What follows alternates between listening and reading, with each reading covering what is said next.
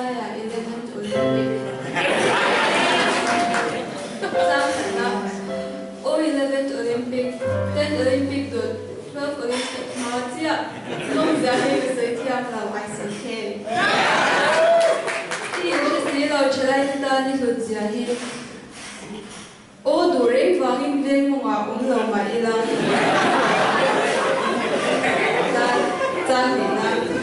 Dure wangin ni KGP ang o ni sui long rai di tours kwa ang o get po na plural get sunga singular.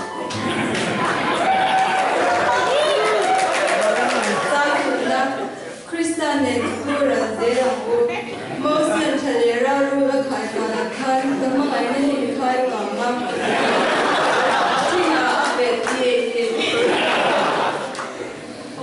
chorus Iboy ikhabong lao kanhay don ho zero lao kire kaila 11th Olympic zaman yang dun su kanhay don mange lengwa zoom tekim na 11th Olympic o 11th Olympic AOB game sa India umna sa kaming leveng wimpo kanbeng bitkaila na Olympic kapangay don sa Hai hồi dia mai la iming itu ke thegi ngai chuang lawan ya o mia chan rong 11th Olympic